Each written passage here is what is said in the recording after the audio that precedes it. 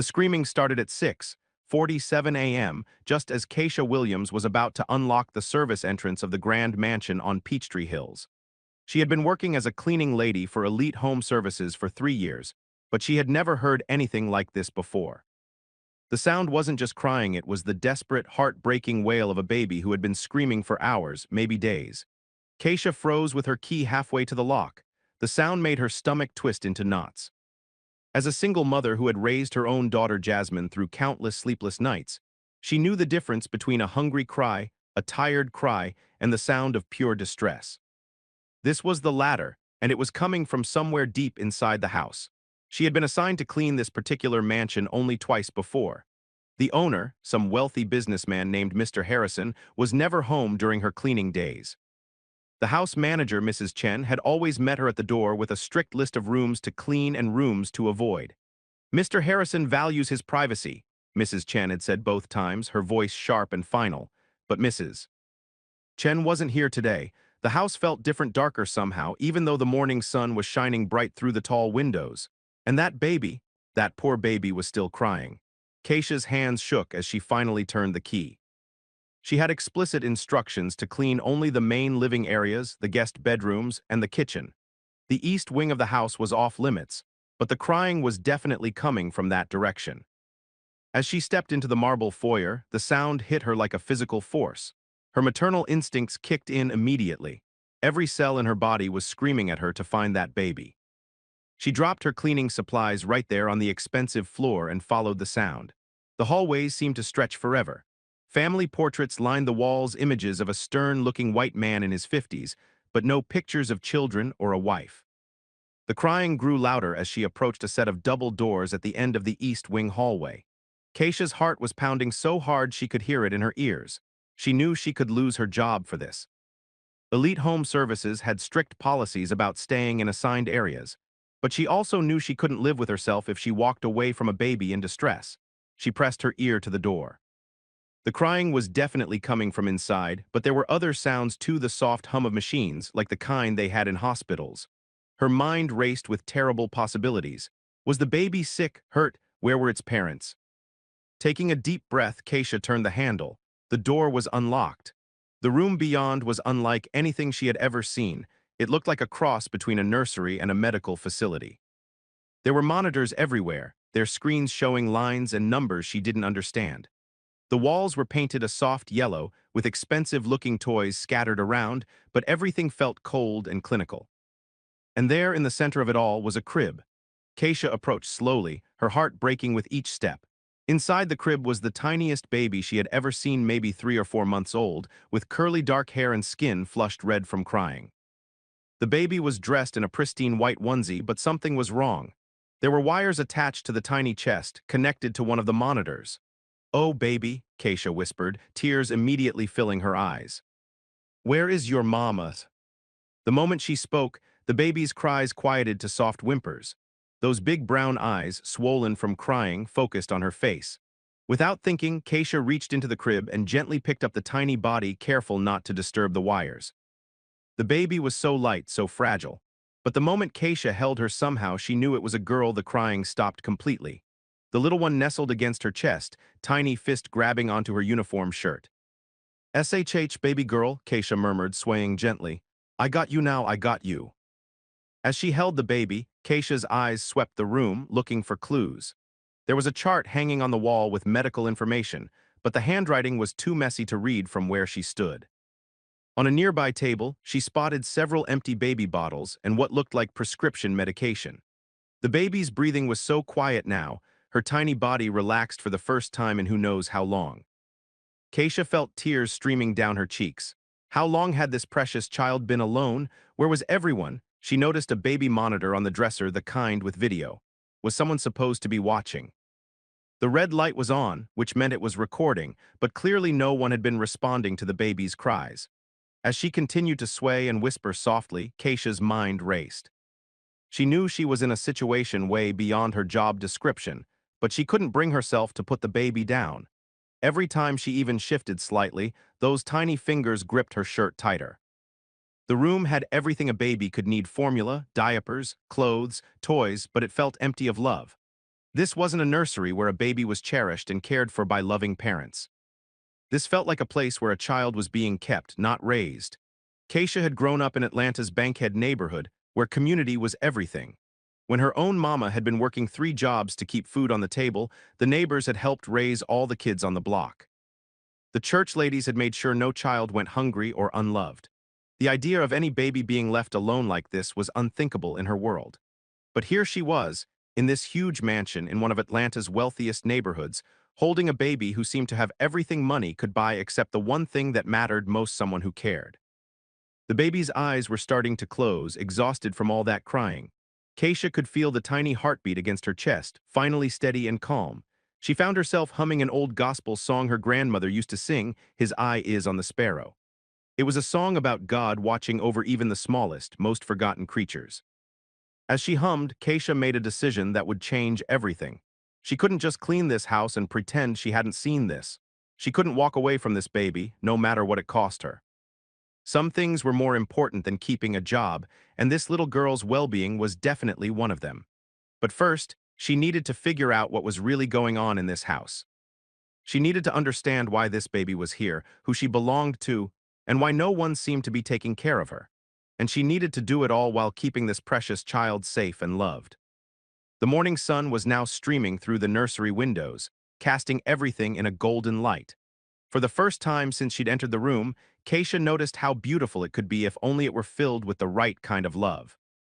Little did she know that her decision to pick up that crying baby would set in motion a chain of events that would not only save the child's life, but transform her own in ways she never could have imagined. 2 hours had passed, and Keisha still couldn't bring herself to put the baby down. Every time she tried, those tiny fingers would grasp at her shirt, and soft whimpers would start again. So she did what any mother would do: she improvised. With the baby secured in one arm, she had managed to change the tiny diaper, warm up a bottle of formula, and get the little one fed. The baby had eaten hungrily, confirming Keisha's suspicion that she had been neglected for quite some time. Now finally content, the child was sleeping peacefully against her shoulder. Keisha had also done some investigating. The medical chart on the wall revealed the baby's name, Sophia Harrison, and showed that she was 4 months old. The medications on the table were for something called failure to thrive, which made Keisha's heart ache even more. She had seen this condition before when her cousin's premature baby had struggled to gain weight. It wasn't necessarily serious if properly managed, but it required constant attention and love. What troubled Keisha most was the log sheet she found near the monitors. It was supposed to track feeding times, diaper changes, and medication doses, but the entries stopped 3 days ago. 3 days. This baby had been essentially abandoned for 3 whole days. Her phone buzzed with a text from her supervisor at Elite Home Services. "Running late today. Start with the Harrison house and text when you're done. Remember, East Wing is off limits." Keisha stared at the message, then looked down at baby Sophia sleeping in her arms. Off limits, right. If only her supervisor knew what off limits really meant in this house. She spent the next hour trying to piece together the situation. In a desk drawer, she found business cards for various medical specialists and home nursing services. There were also several termination letters. Apparently, Mr. Harrison had gone through multiple nannies and home health aides in just the past 2 months. The last termination letter was dated a week ago. A woman named Janet Rodriguez had been let go for overstepping boundaries and making inappropriate suggestions about the child's care. Keisha wondered what kind of suggestions would get someone fired from caring for a sick baby. As she read through more papers, a clearer picture began to emerge. Mr. Harrison was a widower. His wife had died in childbirth, leaving him with a premature baby he clearly didn't know how to handle. The medical reports showed that Sophia had been in the NICU for the first 2 months of her life and had only been home for 2 months. But instead of learning to care for his daughter, it seemed like Mr. Harrison had tried to hire others to do everything. And when those caregivers showed too much attachment to Sophia or questioned his distant parenting style, he fired them. Keisha felt a familiar anger rising in her chest. She had seen this before in different forms: people who had children but didn't want to do the work of actually raising them. It reminded her of Jasmine's father, who had disappeared the moment things got difficult, leaving Keisha to raise their daughter alone. But this was worse somehow. At least Keisha had never had the resources to hire help and then push away anyone who tried to love her child. At least she had never left Jasmine crying and alone. The baby stirred in her arms, making soft, cooing sounds. Keisha looked down at that precious face and felt her resolve strengthen. She didn't know what she was going to do yet, but she knew she couldn't just walk away. Her phone rang, startling her. The caller ID showed Elite Home Services. "Hello," she answered quietly, not wanting to wake Sophia. "Keisha, it's Margaret. I just got a call from Mr. Harrison. Apparently he's coming home early today and wants the house spotless before he arrives. Can you make sure everything is perfect?" Keisha's blood ran cold. When is he coming home? His flight lands at 2, so he'll probably be there by 3. Is everything okay? You sound strange. Keisha looked at the clock on the nursery wall. It was already 12:30. She had less than 3 hours before Mr. Harrison arrived, and she was holding his baby daughter in a room she wasn't supposed to enter. "Everything's fine," she lied. "I'll make sure the house is ready." After hanging up, Keisha sat down in the rocking chair near the window, her mind racing. She could put Sophia back in the crib, clean the house like nothing happened, and hope Mr. Harrison wouldn't notice that someone had been caring for his daughter. But the thought of leaving this baby alone again made her physically sick. She could also confront Mr. Harrison when he arrived, tell him what she had found, and demand answers. But that would definitely cost her job and probably wouldn't help Sophia in the long run. Or she could do something much more risky.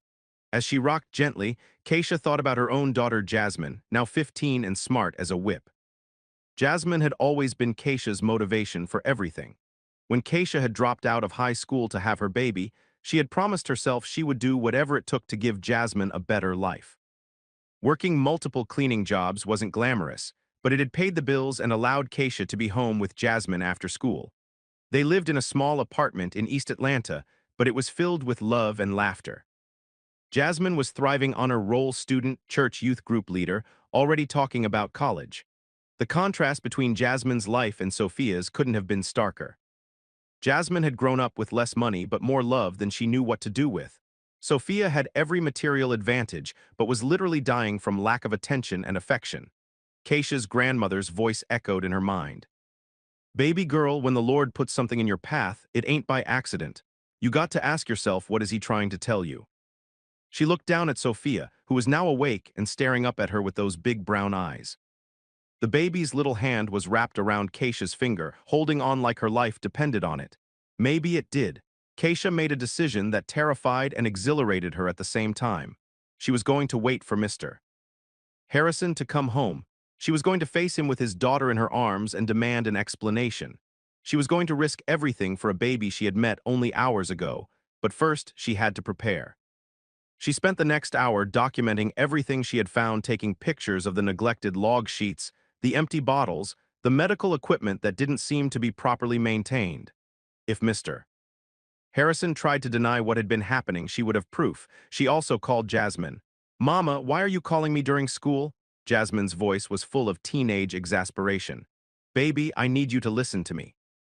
I might be late getting home today, and I need you to know that whatever happens, I love you and I'm proud of you." "Mama, you're scaring me. What's going on?" Keisha looked down at Sophia, who was chewing contentedly on her tiny fist. "I'm about to do something that might change our lives, but it's the right thing to do." "Does this have to do with work? Mama, please don't do anything crazy." "Sometimes crazy is what love looks like, baby girl." "I'll call you later, okay? Go to your Aunt Denise's house after school and wait for me there." After hanging up, Keisha spent another hour caring for Sophia. She gave her another bottle, changed her diaper again, and even managed to give her a gentle bath in the nursery's small sink. The baby seemed to bloom under the attention, becoming more alert and responsive with each passing hour. As 3 o'clock approached, Keisha heard a car pulling into the driveway. Her heart started pounding, but she remained in the rocking chair, Sophia content in her arms. She heard the front door open, heard footsteps in the foyer, heard a man's voice calling out, "Mrs. Chen." "Where is everyone?" The footsteps grew closer, moving through the house with increasing urgency. Finally, they stopped outside the nursery door.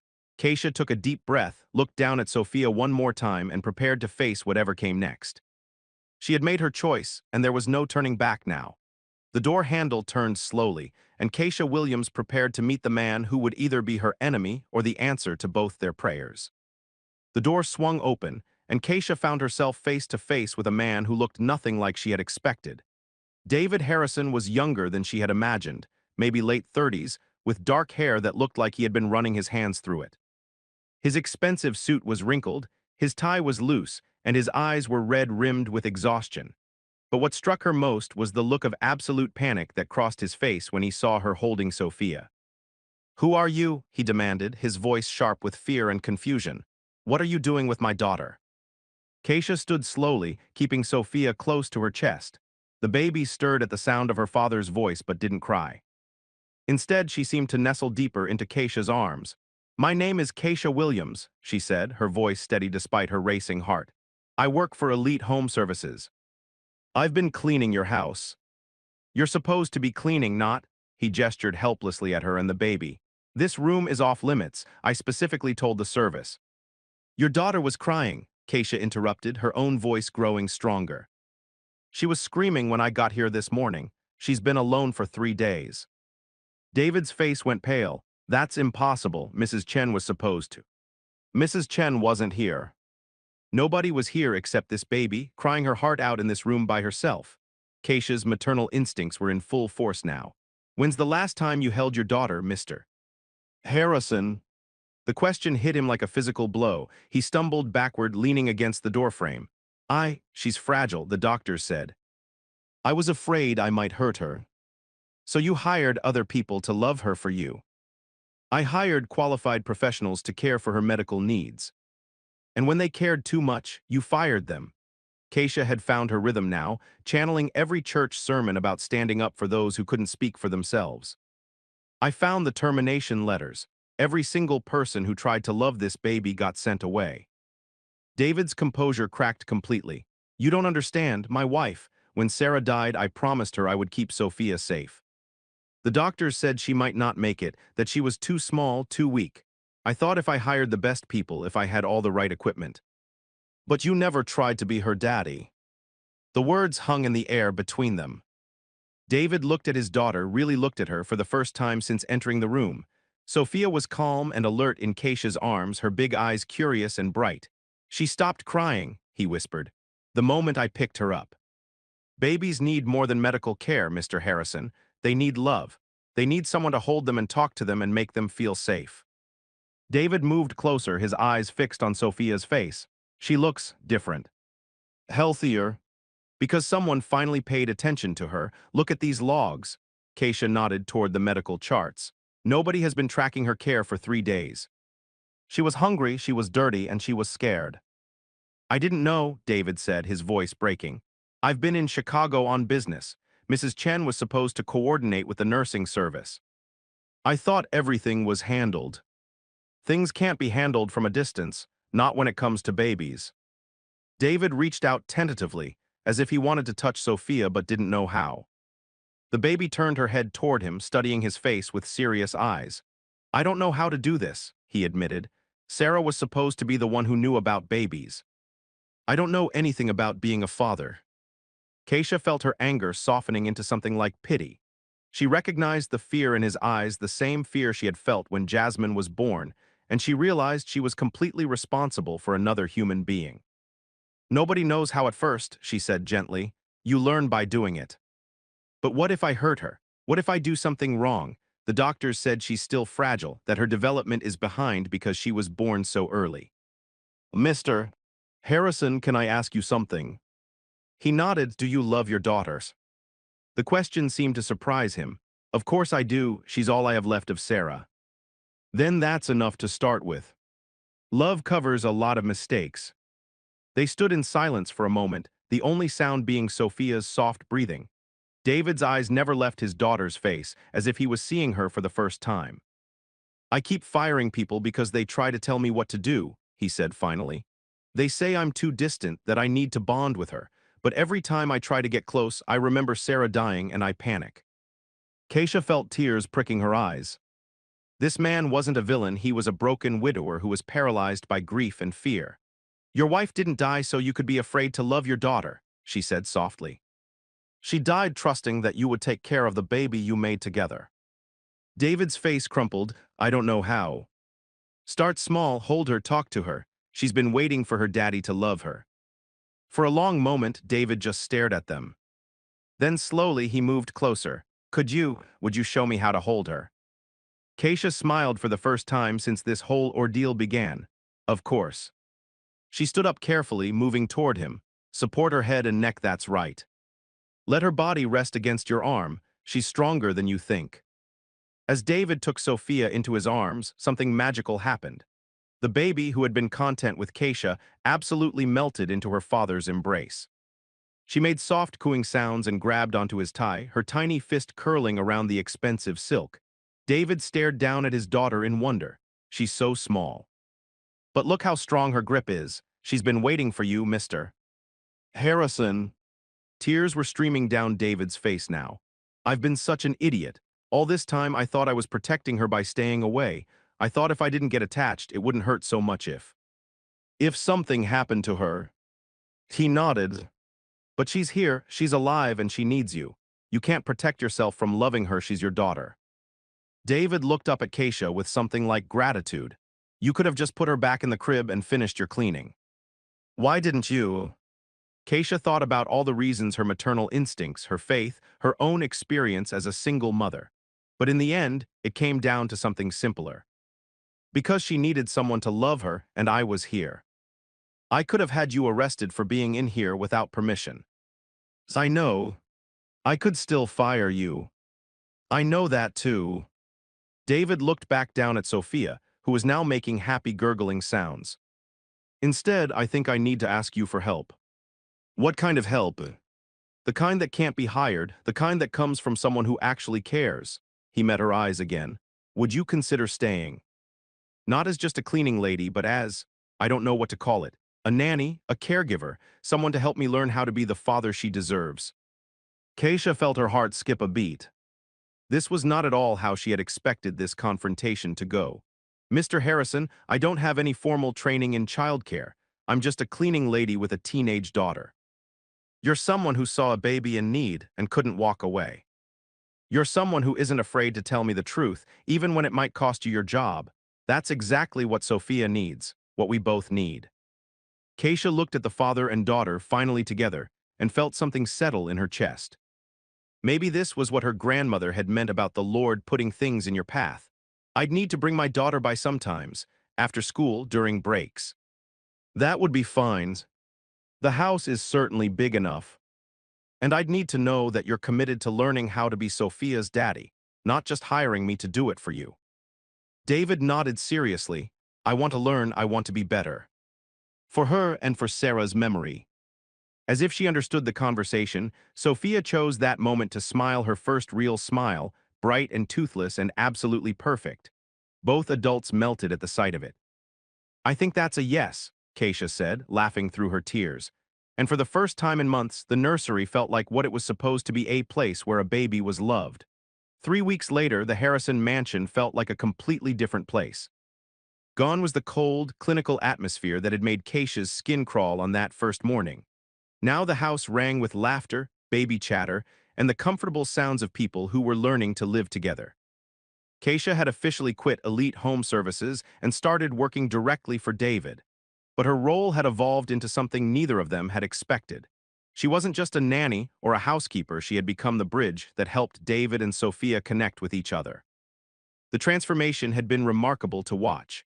David, who had once been afraid to hold his daughter for more than a few minutes, now carried her around the house while he worked, talking to her about his business calls and asking her opinion on everything from what to have for dinner to which tie looked better with his suits. Sophia, meanwhile, had blossomed under the constant attention. Her failure to thrive diagnosis was now a thing of the past. She had gained weight, grown more alert and responsive, and developed the most infectious giggle that could make even the grumpiest delivery person smile. But the biggest change was in David himself.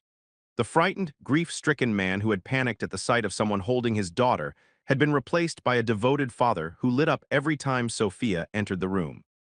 She's trying to say Dada, David announced one afternoon as he walked into the kitchen where Keisha was preparing lunch. Listen, Sophia, say it again.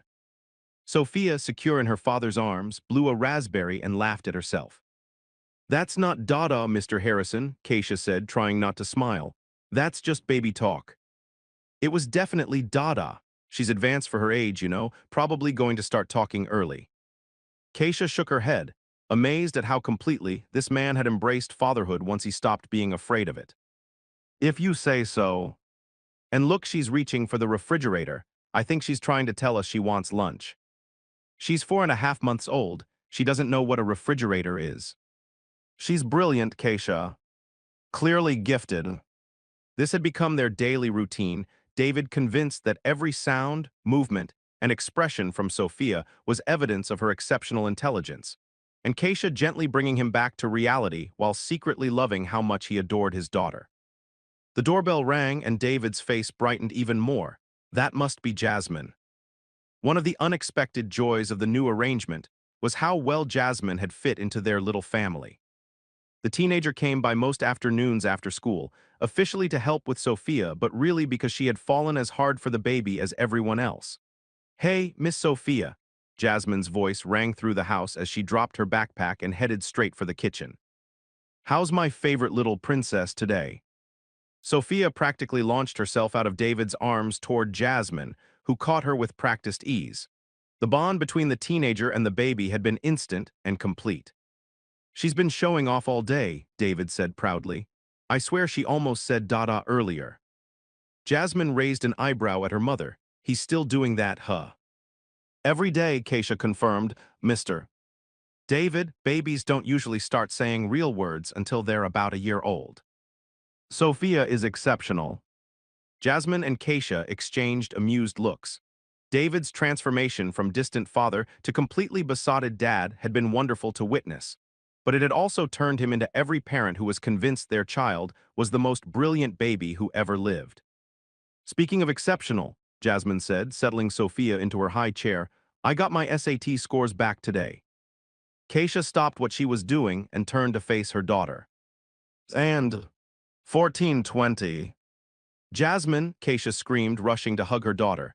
"Baby, that's incredible." David, who had learned all about Jasmine's college dreams over the past few weeks, broke into a huge grin. "That's outstanding. That opens up so many scholarship opportunities." "I know, my counselor says with my grades and this score, I have a real shot at getting into Georgia Tech with a full ride." Keisha felt tears prick her eyes.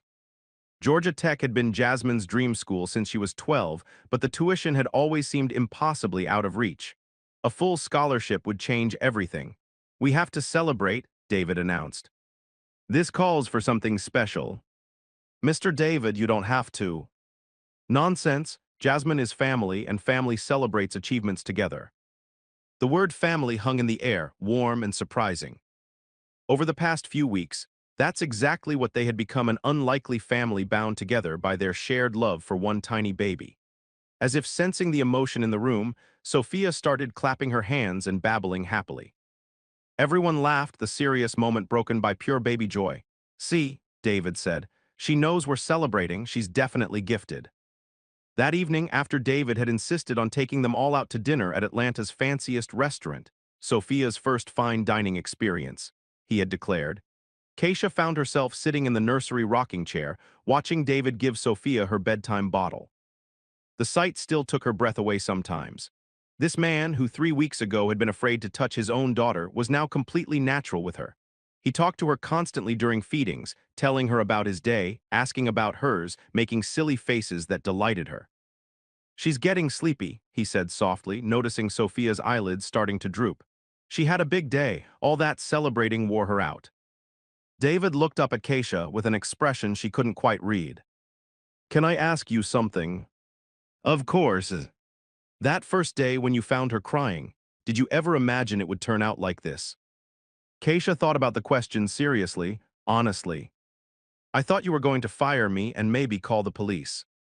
"I almost did. I was so angry and scared when I saw you with her. But then I saw how calm she was in your arms and I realized something." "What's that?" "She had never been that calm with me. Not once in all the months she'd been home. It took a stranger caring for her for a few hours to show me what I'd been missing." Sophia's eyes had completely closed now, her tiny body relaxed and trusting in her father's arms. David continued talking in that soft voice parents use when they don't want to wake a sleeping baby. I keep thinking about Sarah, wondering what she would think of all this. I think she would have loved you and Jasmine. She always said that family isn't just about blood, it's about who shows up when you need them most. Keisha felt her throat tighten with emotion. Your wife sounds like she was a wise woman. She was, and I think she would be proud of the father I'm learning to be, thanks to you.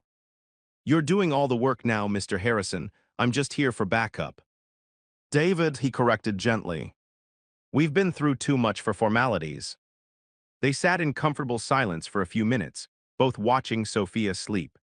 The peace in the room was almost tangible, so different from that first day when the nursery had felt like a medical facility instead of a place of love. Keisha, David said eventually, his voice thoughtful. I've been thinking about something and I want to run it past you. Okay. Jasmine's college plans got me thinking about the future. About what happens when she goes away to school, and what this family looks like as Sophia grows up. Keisha felt a flutter of anxiety. Was he about to tell her that her services would no longer be needed? That this perfect little bubble they had created was temporary? I've been thinking about making some changes to my will, David continued. Setting up education funds, that sort of thing. And I realized I want to make sure Jasmine's college is taken care of, no matter what scholarships she does or doesn't get. Keisha's eyes widened. David, you can't. I can and I want to. She's been like a big sister to Sophia, and more than that, she's shown me what it looks like when a young person is raised with love and support and high expectations. That's what I want for Sophia. Tears were flowing freely down Keisha's cheeks now. I don't know what to say. Say yes, let me do this for her, for all of us. Before Keisha could respond, Sophia stirred in David's arms, making soft sleeping sounds. Both adults froze, not wanting to wake her, but she just snuggled deeper into her father's chest and continued sleeping. She trusts you completely now, Keisha whispered. She trusts us, David corrected. This little girl has the most amazing women in her life, you, Jasmine, and the memory of her mother guiding us all. As if she had been waiting for the perfect moment, Sophia chose that instant to smile in her sleep, one of those mysterious baby smiles that made adults wonder what angels babies see in their dreams. There it is, David said softly, the smile that started it all. Keisha knew exactly what he meant. That first smile 3 weeks ago, when Sophia had finally been held by her father, that had been the moment when everything changed. When a broken family had started to heal, and when strangers had started to become something much more precious. Yes, she whispered, answering his earlier question about Jasmine's education. And thank you. For everything. David looked up at her with eyes that were suspiciously bright. Thank you for not walking away that first day. Thank you for fighting for her when no one else would. As they sat there in the soft glow of the nursery lamp, with Sophia sleeping peacefully between them, Keisha marveled at how much can change in just 3 weeks. A crying baby, a scared father, and a cleaning lady who couldn't mind her own business had somehow created something beautiful. Tomorrow would bring new challenges. Sophia was starting to teeth. Jasmine had college applications to finish, and David was learning to balance being a hands-on father with running his business. But tonight, all was peaceful in their little corner of the world. The baby monitor crackled softly, and they could hear Jasmine downstairs talking on the phone with her best friend, probably telling her all about the fancy restaurant and her SAT scores. The sounds of their makeshift family filled the big house with warmth and life. We should probably put her in her crib, David said reluctantly. Probably, Keisha agreed, but neither of them moved. They were both too busy savoring this perfect moment, the calm after the storm, the peace that comes after fighting for what matters most. Tomorrow would be wonderful too, but tonight was for gratitude and quiet joy. And in her father's arms, baby Sophia slept on, dreaming whatever dreams come to babies who are finally, completely, absolutely loved. 6 months had passed since that morning when Keisha first heard Sophia's cries, and life in the Harrison house had settled into a rhythm that felt as natural as breathing. Sophia was now 10 months old, crawling everywhere and pulling herself up to stand, much to David's delight and terror. She's going to be walking soon, he announced for the 100th time as he watched Sophia cruise along the living room furniture, her chubby hands gripping the edge of the coffee table. Most babies don't walk until they're 12 to 15 months old, Keisha reminded him, but she was smiling.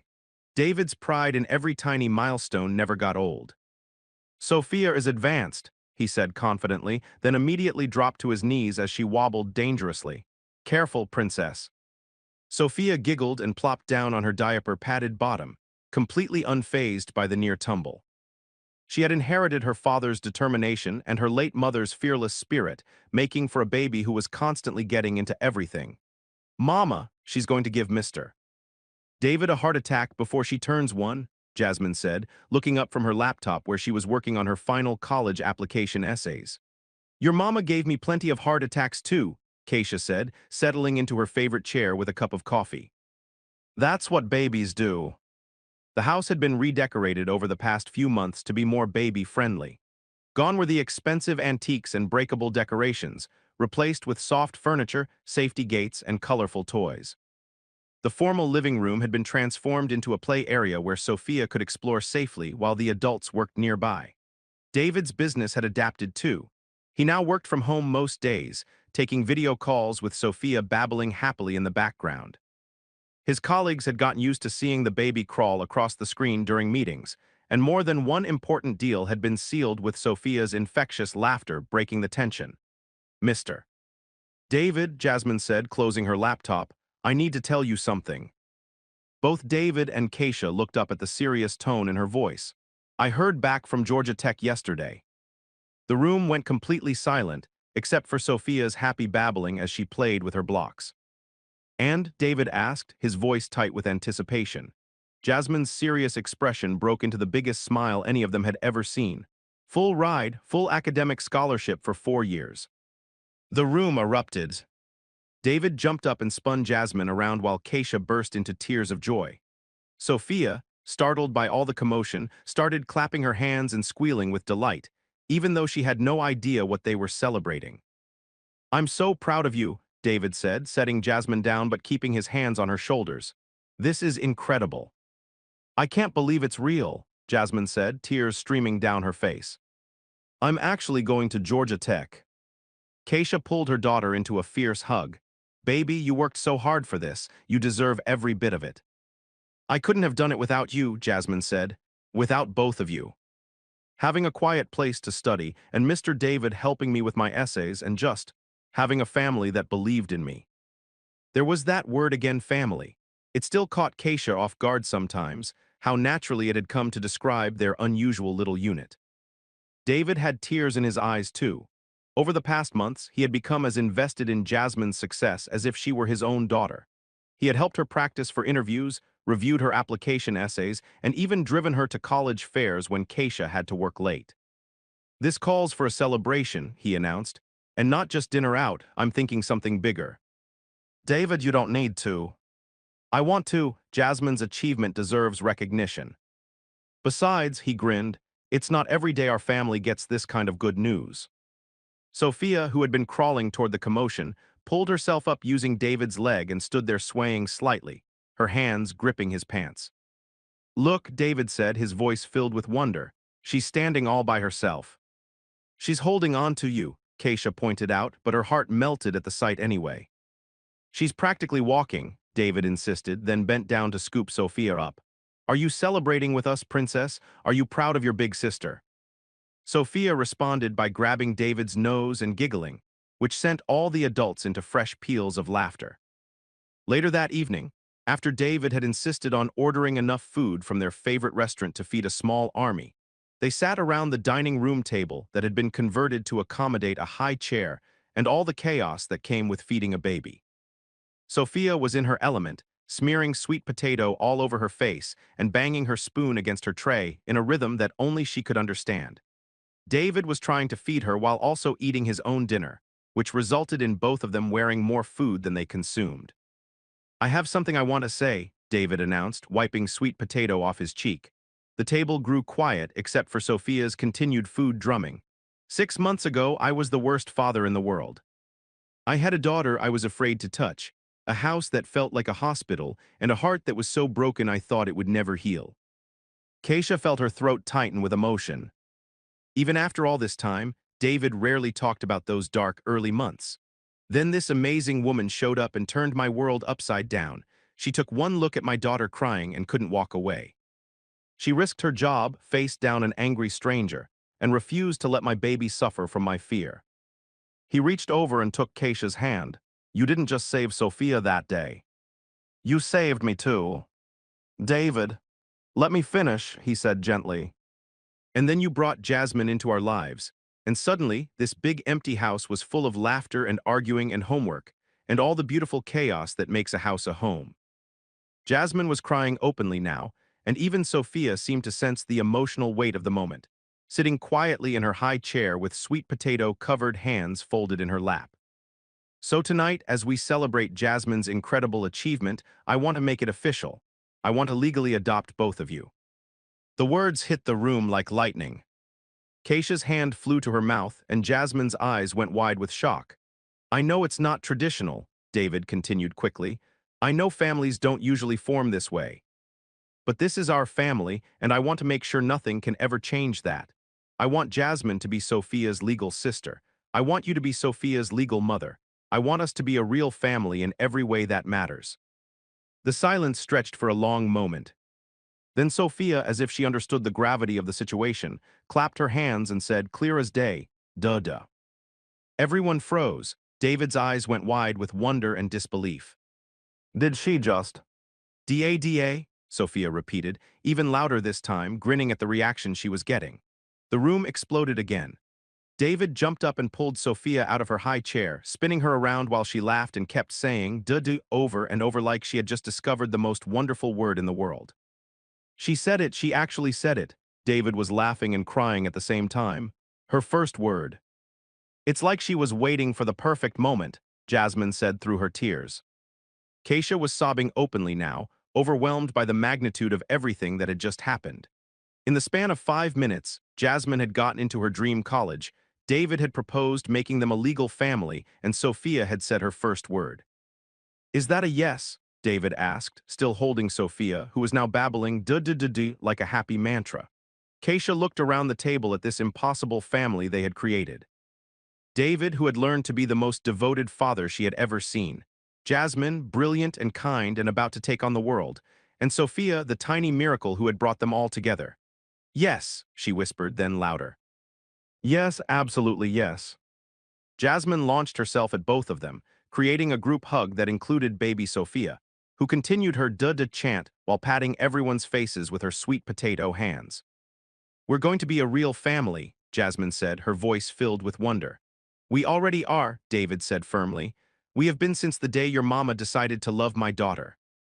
As they stood there in their dining room, covered in baby food and tears of joy, with Sophia babbling happily in the center of it all, Keisha marveled at the path that had brought them here.